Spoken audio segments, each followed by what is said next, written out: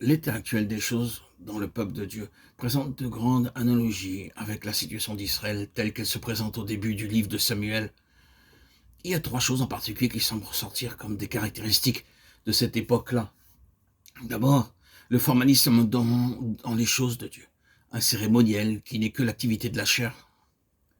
Cette religion-là ne peut conduire qu'à un affreux mélange, à l'adultère spirituel.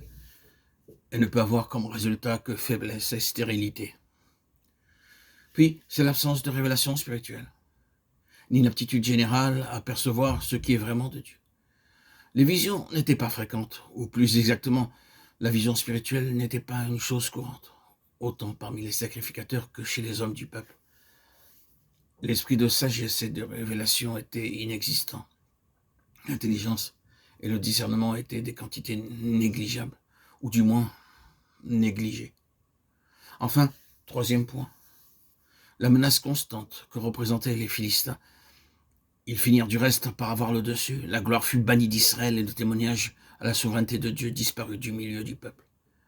Si nous nous souvenons que les Philistins représentent toujours l'intrusion de l'homme naturel incirconcis, Colossiens 11-12, dans les choses de l'esprit, nous devons reconnaître qu'il y a là un ensemble de circonstances bien suggestifs, que ceux qui ont des yeux pour vous voir apprécient eux-mêmes s'il y a un rapprochement à faire entre cette époque-là et la nôtre. Ce que nous avons à cœur, c'est de souligner la méthode que Dieu adopte pour réagir contre cette situation. Deux choses apparaissent immédiatement avec une parfaite évidence. La première, c'est que Dieu n'est pas satisfait de cet état de choses. Il n'en prend pas son parti.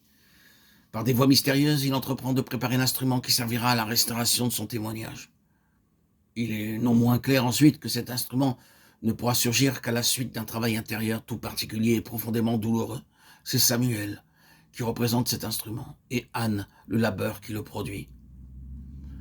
Ce qui ressort dans ce premier chapitre du livre de Samuel, c'est que pour atteindre le résultat cherché, il faudra beaucoup plus que le cours naturel des choses. Les moyens habituels n'y parviendront pas. Il est même parlé formellement d'un acte délibéré de la part de Dieu contre ce cours naturel des choses. L'état d'Anne est le fait de Dieu. Dans d'autres domaines, quand il s'agit d'objectifs moins importants ou d'un caractère plus général, la méthode habituelle peut être suivie. Mais Samuel n'est pas un instrument accidentel. Il a été connu d'avance et prédestiné. Cependant, au point de vue humain, il est une impossibilité. Pourquoi le Seigneur s'y prend-il de cette façon? Comment concilier ces deux choses que Samuel fut à la fois déterminé et cependant rendu impossible par un acte de Dieu? Une première réponse est que la formation de cet instrument devra avoir lieu du côté humain par une participation à la souffrance divine et à l'intense labeur de Dieu en faveur de son témoignage. Anne, en effet, eut à souffrir dans son âme une agonie peu commune. Elle nous est présentée ici comme versant des pleurs et l'amertume dans l'âme. 1 Samuel, verset 10. Ce n'est pas simplement l'intérêt personnel qui l'inspirait ou une fin égoïste. Preuve en soi que lorsqu'enfin Samuel lui est donné, elle le met à la disposition de Dieu aussitôt qu'elle peut. D'Isaac, il nous est dit lorsque l'enfant fut sevré, tandis que dans le cas de Samuel, il est dit d'Anne qu'elle le sevra, comme si elle ne laissait pas les choses suivre simplement leur cours, mais provoquait elle-même aussitôt que possible une séparation au profit du Seigneur. Elle était extrêmement préoccupée des intérêts de Dieu. Et il y a là quelque chose de frappant si l'on tient compte de tout ce que cet enfant lui avait coûté et de l'amour d'autant plus grand dont son cœur maternel devait le chérir. Ouvrons les yeux à la vérité ici présentée et rendons-nous compte de sa portée. Ce qui est appelé à servir Dieu dans un sens particulièrement décisif pour ses intérêts ne voit pas le jour sans peine. Sa préparation donne lieu à des souffrances qui sortent de l'ordinaire et à un travail intérieur spécialement intense. L'âme est rassasiée d'amertume et les yeux de larmes. Pendant un temps, parfois prolongé, il semble qu'il n'y aura rien. Le cœur reste blessé et chargé de tristesse, sans voir autre chose qu'une stérilité qui paraît éternelle. Et cependant, il est incapable d'accepter philosophiquement cet état de fait. Le fatalisme voudrait qu'il capitulât, mais il s'y refuse.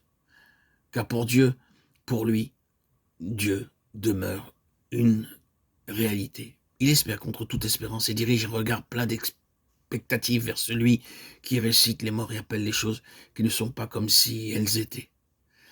Les vexations de Pénina au verset 6 ne sont pas un des aspects les moins douloureux de cette épreuve. Or, Pénina était de la même maison qu'Anne, épouse du même mari. Elle n'était pas une étrangère ou une personne du dehors. C'est comme telle, comme membre de la même famille, qu'elle lui prodigue les mortifications pour la porter à s'irriter. Pénina était abondamment pourvue d'enfants, et de ce côté-là, il n'y avait pas trace chez elle de cette humaine impossibilité, voulue de Dieu. Pour elle, les choses étaient simples et faciles. Ainsi en est-il quand le Seigneur détermine de mettre à part, pour son usage particulier, un instrument de choix. Il procède parfois à de larges coupes et nous tient en dehors de toutes ses œuvres, de toute cette activité, de toutes ces occupations qui émanent aussi de la maison de la foi. C'est vrai, qui ont une place dans la pensée de Dieu. C'est vrai aussi, mais qui sont dans une large mesure le produit d'énergie naturelle et des capacités humaines. Toute activité s'accompagne habituellement de résultats concrets, mais que ces résultats viennent à manquer, que les preuves et les signes soient absents. Aussitôt, la critique se donne libre carrière. Et ce sont les sarcasmes, les insinuations malveillantes, les sous-entendus accusateurs. Les actes même de la souveraineté divine sont déformés et interprétés dans un sens exactement opposé à la pensée de Dieu. Ainsi, un certain ordre de choses en insulte un autre. Qu'à cela ne tienne, laissez-les. Il en a toujours été ainsi et il en sera toujours ainsi. Mais attendez un peu, Samuel est là pour finir. Et un seul Samuel aux yeux de Dieu a plus de prix que tous les enfants de Pénina ensemble. Pourtant, ce n'est pas une question de valeur comparative. Samuel était destiné à une époque qui avait grandement besoin de lui. Et l'intensité des souffrances qui ont précédé son apparition donnent à sa venue quelque chose de tellement solennel et sérieux qu'on peut écarter d'emblée tout soupçon d'orgueil et de comparaison déplacée.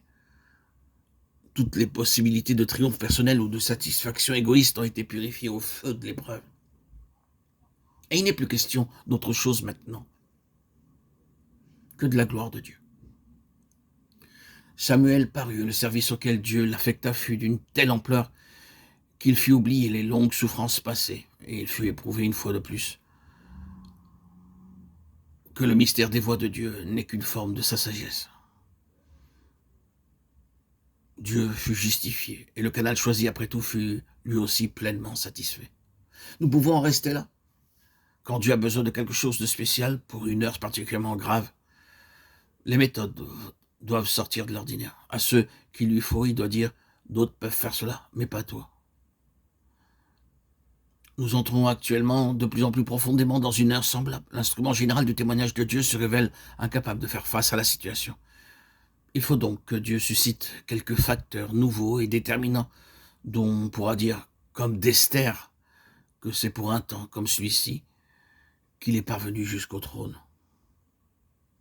Qui veut gagner le prix?